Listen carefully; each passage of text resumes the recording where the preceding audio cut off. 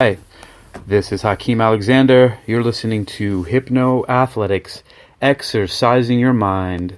Here I'm going to hit you with a little bit of Platinum Attractor. Check that out. So I'm also on Instagram Live. And the name of this episode is called The End of Powerlessness. That's right. This track, Platinum Attractor, was produced by yours truly, Hakeem Alexander.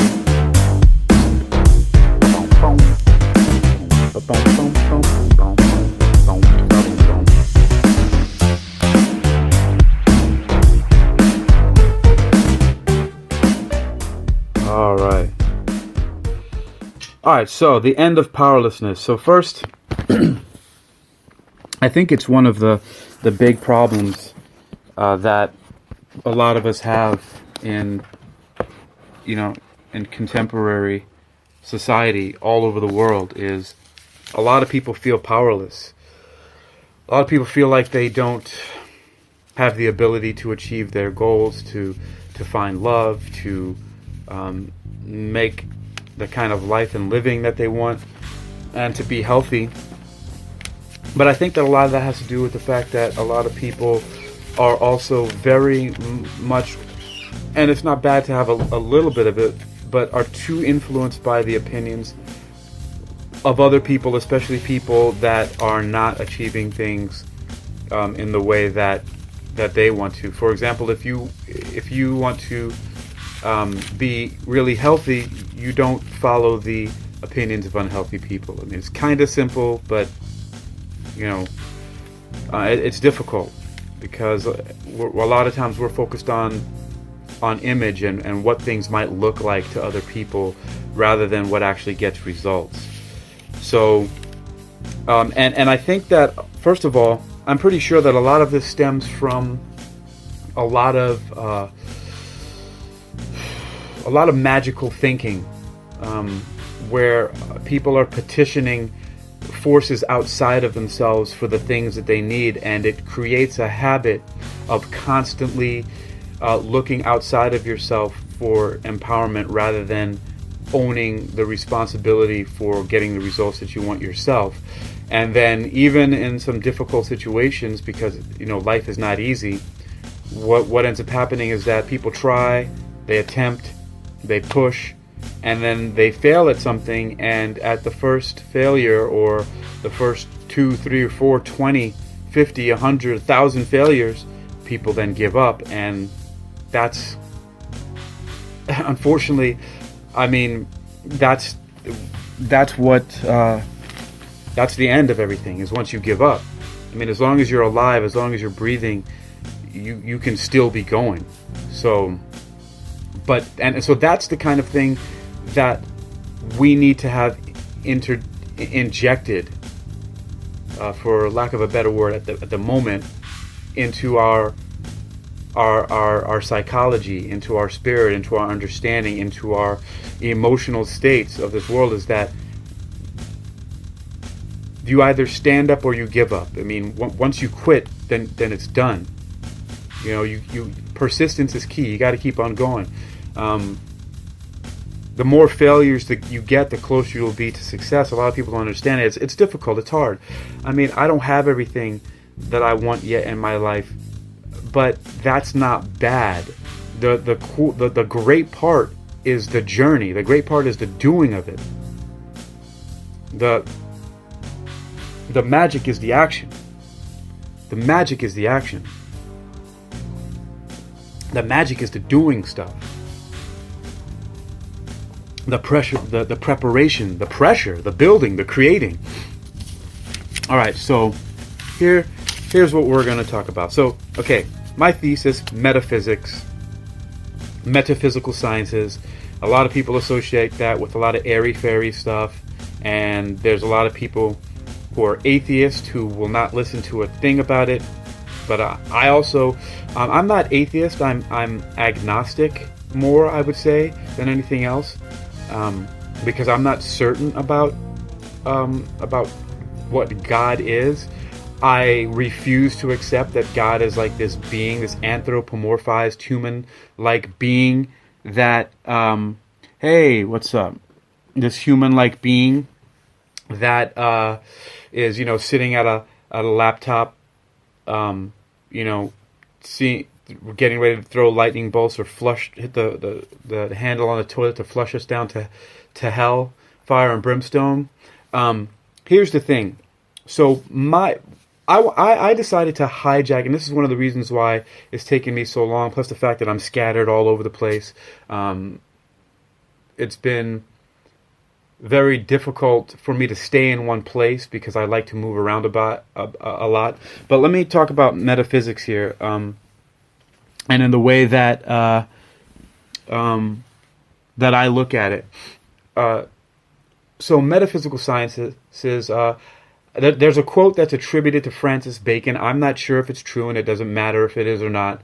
But supposedly Francis Bacon said that metaphysics is the traditional foundation of philosophy.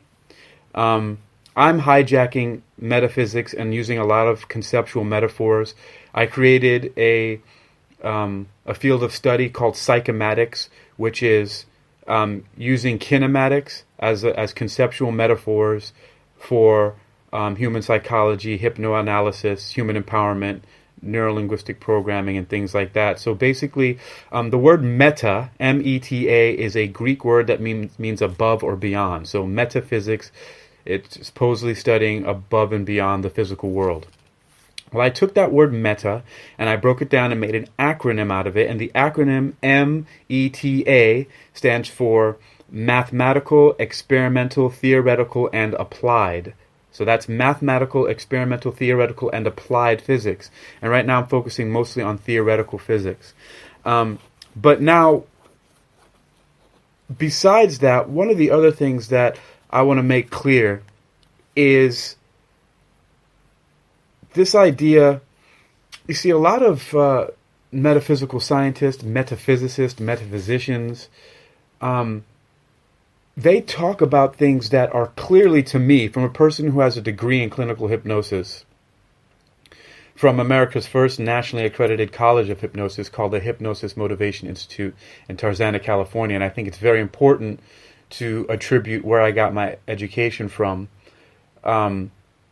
From my perspective, from what I know about hypnosis, and I've been studying it, and I graduated in 2006. It's now 2019.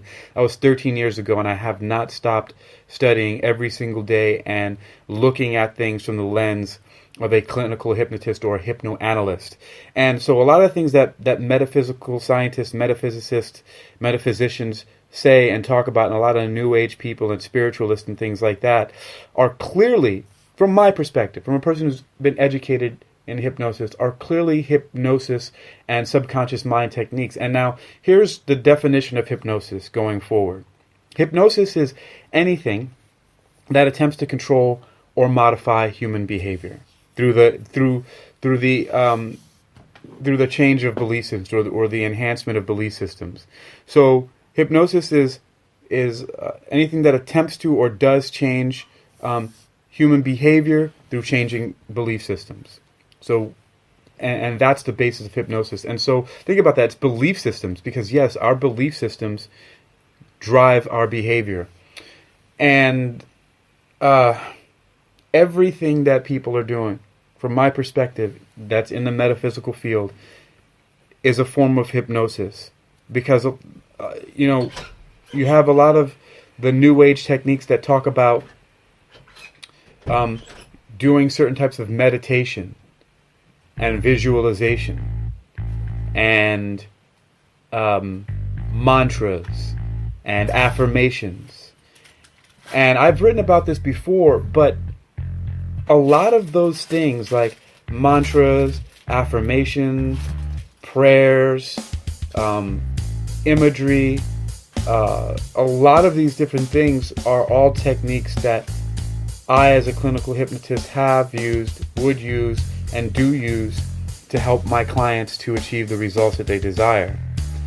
And all of these things can be looked at as different methods, techniques, and tools of hypnosis. And the interesting thing about that is a lot of people are attempting to use metaphysics. They've got drawn into it. They've got drawn into metaphysics because of they're looking for some way to improve their life.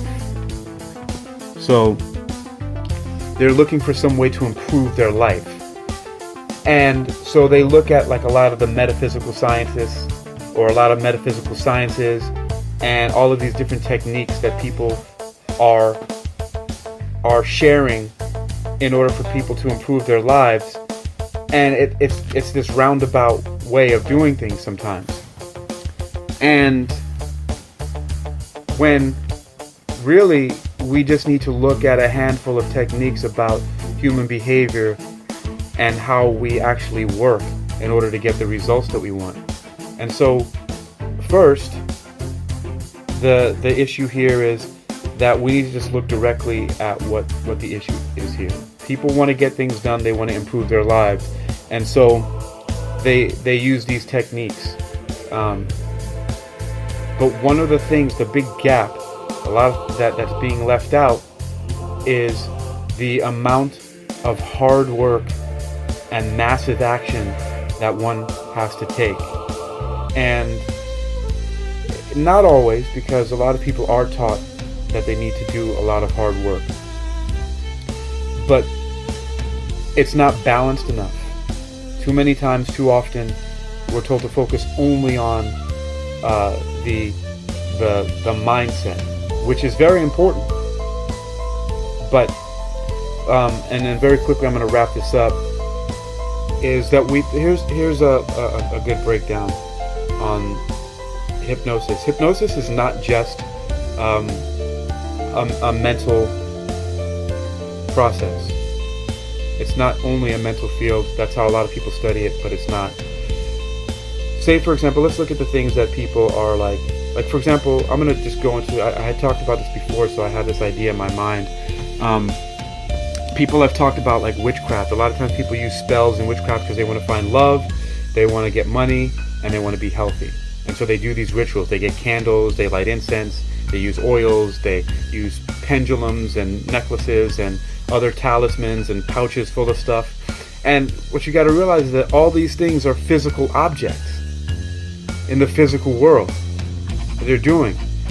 And all these things are doing is helping them to have an excuse to stimulate and to bring to the surface the power that we already have within us.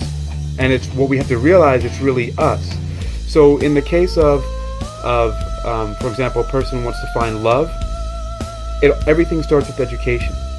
You need to start making yourself a more interesting person and learning what is it that you can do for yourself to educate and make yourself better, so that you are more attractive to someone else, and that when you finally get into a relationship, you have a lot to give to that other person, and that you look at it from the perspective that you're giving to someone else rather than expecting to get something from them in a relationship. You're looking for someone to love, not looking for someone to love you. And that starts with education and learning, just being a badass, learning how to be an awesome person. The second thing, like we're talking about money, and it's not just about getting a job, it could be starting a business or anything else like that, right? So the same thing, education. Learn how to make yourself more valuable to the global marketplace. You learn skill, again, it goes back to education. Figure out what people want and what skills that you have and how you can match your skills with what people want. Again, it's the same thing like in a relationship with love. You're looking how you can contribute to what people want rather than trying to get. And then finally, in health, everybody's body is different, so you start where you are. And one of the first things you can do, you want to become more healthy, learn how to breathe properly, learn how to relax your body. Start with a breathing meditation practice. And these things are all ways to take physical actions to combine with your mindset so that you get the goals and achieve the things that you want.